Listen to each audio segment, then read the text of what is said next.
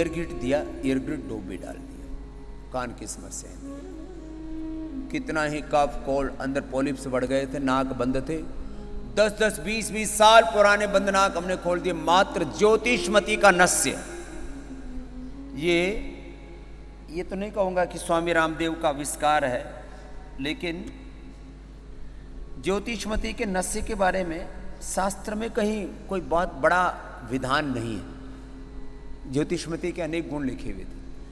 एक दिन मुझे प्रेरणा हुई, जैसे मैंने कई बार कहा है कि मुझे जो अंतः प्रेरणा होती है मैं उसको प्रयोग करता हूँ पहले, और उसका मूल्यांकन साइंटिफिक वैलिडेशन करता हूँ।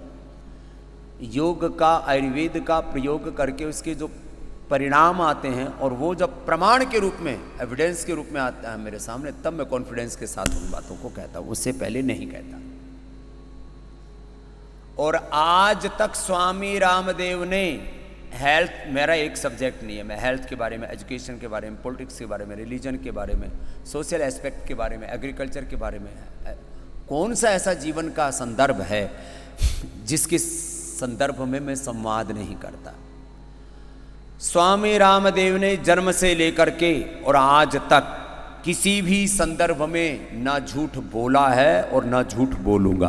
क्यों बोलूंगा? सन्यासियों की झूठ क्यों बोलना? ये तो पाप है झूठ बोलना।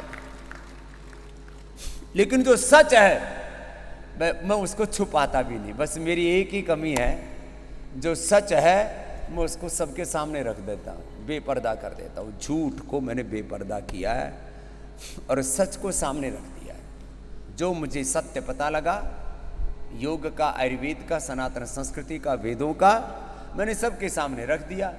अब लोगों को हैरत लगती है, ये ऐसा कैसे हो गया? अरे भाई, होने के बाद मैंने कहा कितना है। मैं तो कहता हूं, अब देखो आपको 3 बड़ी बीमारियां, वात, पित्त और कफ, बाकी आगे पूरा डिटेल कहेंगे।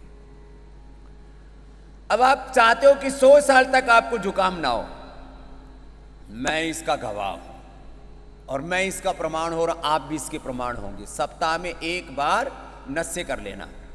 जो वो छुई मुई की तरह रहते हैं ना, एकदम बड़े नाजुक से, कोमल से, जरा कुछ हो जाए तो एकदम ढह जाते हैं, वो तो कर लेना बादाम रोगन से और अणु तेल से।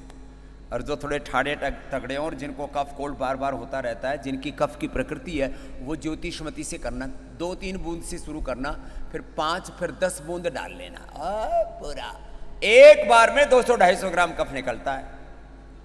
मुझे जुकाम क्यों नहीं होता?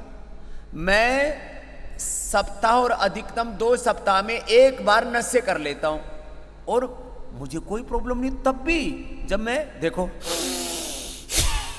मेरा तो एकदम खुला हुआ है, अभी भी मैं डालूंगा तो 10-20 ग्राम तो निकलेगा कफ, ऐसे जमा हो जाता, पता ही नहीं लगता। इसलिए स्वस्थ व्यक्ति को भी सप्ताह में, 2 सप्ताह में, नहीं तो महीने में 1 बार तो पूरा 4-5 बार डाल लो, पूरा निकाल दो महीने भर का। महीने में जो 1 बार भी ज्योतिषमती का नस्य कर लेगा, 100 साल तक उसको कफ, कोल्ड, नजला, सर्दी, जुकाम नहीं होगा, कोई बैक्टीरियल वायरल इंफेक्शन नहीं। अब ये कितनी बड़ी बात मैं कह रहा हूं। अब ये क्या कहते हैं हमारे सो कोल्ड पढ़े लिखे डॉक्टर लोग, बैक्टीरिया, वायरस, फंगस से बचना है, इस इन्फेक्शन उस इन्फेक्शन से बचना है, तो ये वैक्सीन ठोको, ये वैक्सीन ठोको। मैंने ना कोरोना की वैक्सीन लगाई और ना लगवाऊंगा, आज पहली बार कह रहा हूं, इससे पहले नहीं बोला।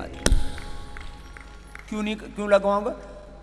अरे जो बाइडेन ने 2 बार वो डोज भी लगा ली, उसके बाद बूस्टर डोज भी 2 बार लगा ली, उसके बाद भी 3 बार उससे संक्रमित हो लिया। ले जो बाइडेन ठीक नहीं हुआ तो मैं अपनी क्यों ऐसी तैसी करवाऊं? और यहां मैंने डबल डोज लगा ली और वैक्सीन लगवा करके इसके कॉम्प्लिकेशंस का, इसके साइड इफेक्ट्स का कोई डॉक्यूमेंटेशन नहीं हुआ। यह है इनकी दादागिरी।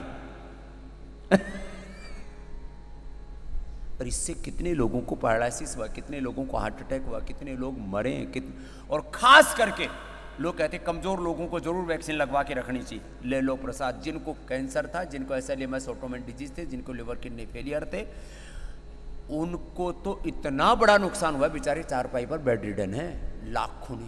लाखों की संख्या में हिंदुस्तान में, हजारों तो मुझसे मिल चुके हैं। बोले स्वामी जी आपने ठीक कर दिया था, एंकोलॉजिंग स्पॉन्डिलाइटिस था, आर्थराइटिस था, ANA AVN HLB 27 था और CRP लेवल बढ़ा हुआ था, RA फैक्टर बढ़ा हुआ था, 2000 1500 1000 था, हम नेगेटिव आ गए थे, फिर वापस वहीं पहुंच गए, मारा धक्का जोर से, ठोक दिया वापस वहीं। ये अमानवीय हस्तक्षेप है, ये कुकृत्य है, ये पाप है।